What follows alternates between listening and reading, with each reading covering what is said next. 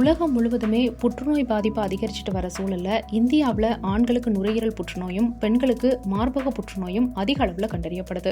இப்படி நிறைய வகை புற்றுநோய் இருந்தாலும் பெருங்குடல் புற்றுநோய் பத்தின விழிப்புணர்வு மக்கள் கிட்ட ரொம்ப கம்மியா இருக்குன்னு மருத்துவர்கள் சொல்றாங்க. இந்த பெருங்குடல் புற்றுநோய் தடுக்கக்கூடியது, குணப்படுத்தக்கூடியது மற்றும் சிகிச்சை அளிக்கக்கூடியதுன்னு சொல்றாங்க. பெருங்குடல்ல ஏற்பட்ட இந்த புற்றுநோய் உருவாகிற இடத்தை பொறுத்து இது கூட்டு புற்றுநோயாகவோ அல்லது மலக்குடல் புற்றுநோயாகவோ இருக்கலாம். இதனால பெண்களை விட ஆண்கள் தான் அதிகமா பாதிக்கப்படுறாங்க. இந்தியாவில் இந்த புற்றுநோயால பாதிக்கப்படுறவங்கல 1/3 பங்கு 40 to 50 வயதுக்குட்பட்டவங்க. இந்தியாவில் 10,000 பேர்ல ஒருவருக்கு இந்த புற்றுநோய் உருவாகுது. மேலும் பெருங்குடல் புற்றுநோயால பாதிக்கப்பட்ட 3 பேர்ல 2 இறக்குற சூழ்நிலை ஏற்படுது. இதுக்கு காரணம் புற்றுநோயை தாமதமா கண்டறிவதுதான் நிபுணர்கள் சொல்றாங்க. பெருங்குடல் புற்றுநோய் பெரும்பாலும் பெருங்குடலோட புறணி பகுதியில சின்ன கட்டிகளா உருவாகும். இது நீண்ட காலத்துக்கு எந்த அறிகுறிகளையும் ஏற்படுத்தாது. அறிகுறிகள் தோன்ற நேரத்துல குடல் புற்றுநோய் ஆரம்ப நிலையை கடந்திருக்கும். அதனால அதுக்கு மேலையும் தாமதப்படுத்தாம நோயை கண்டறிஞ்சு சிகிச்சையை ஆரம்பிச்சிடணும்னு மருத்துவர்கள் சொல்றாங்க. இதோட அறிகுறிகள் என்னன்னு பார்த்தோம்னா வயிற்றுப்போக்கு, மலச்சிக்கல், மலத்தின் அளவு அல்லது வடிவத்தில் மாற்றம், மலத்தில் ரத்தம் காணப்படுதல், மலம் கழிப்பதில் அவசரம், அடிவயிற்று வலி, வயிறு வீக்கம், உடல் எடை குறைதல், இரத்த சோகை மற்றும் பலவீனம். இது எல்லாமே பெருங்குடல் புற்றுநோய்க்கான அறிகுறிகள். மேலும் இதை பத்தி டாக்டர் என்ன சொல்றாங்கன்னா, இந்த அறிகுறிகள் யாருக்காச்சும் இருந்தா உடனடியா பரிசோதனைக்கு எடுத்து பார்க்கறது நல்லது.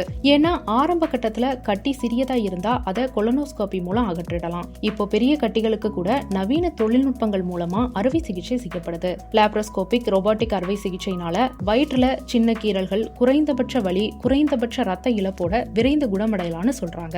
இளையவர்கள், வயதானவர்கள்னு இரு தரப்பினருக்கும் பெருங்குடல் புற்றுநோய் பாதிப்பு அதிகரிச்சுட்டு வருது. மரபியல் காரணங்களால பெண்களுக்கும் பெருங்குடல் புற்றுநோய் வருவதற்கான ஆபத்து அதிகமாவே இருக்குன்னு தில்லி BSRI மருத்துவமனையோட கல்லீரல் மாற்று அறுவை சிகிச்சை நிபுணர் டாக்டர் மனோஜ் குப்தா சொல்றாரு. அதே மாதிரி மற்ற புற்றுநோய்களை ஒப்பிடும்போது பெருங்குடல் புற்றுநோய் மீட்பு விகிதம் அதிகமா இருக்கு. ஆரம்பத்திலே கண்டறியறது, சரியான முறையில் அறுவை சிகிச்சை, சரியான ஹீமோதெரபி சிகிச்சை இருந்தா புற்றுநோயிலிருந்து மீண்டு நீண்ட காலம் வாழலாம்னு சொல்றாங்க. குடல் புற்றுநோயில பொதுவான வகையா அடினோகார்சினோமா இருக்கு. அது மட்டும் இல்லாம ஹார்மோன் உற்பத்தி செய்யற செல்கள்ல ஏற்பட்ட கார்சினாய்டு கட்டிகள், பெருங்குடல் திசுக்கள்ல வளர்ற கட்டிகள், பெருங்குடல்ல மென்மையான திசுக்கள்ல ஏற்படுற லிம்போமஸ்னு இந்த புற்றுநோயில பல வகைகள் இருக்கு.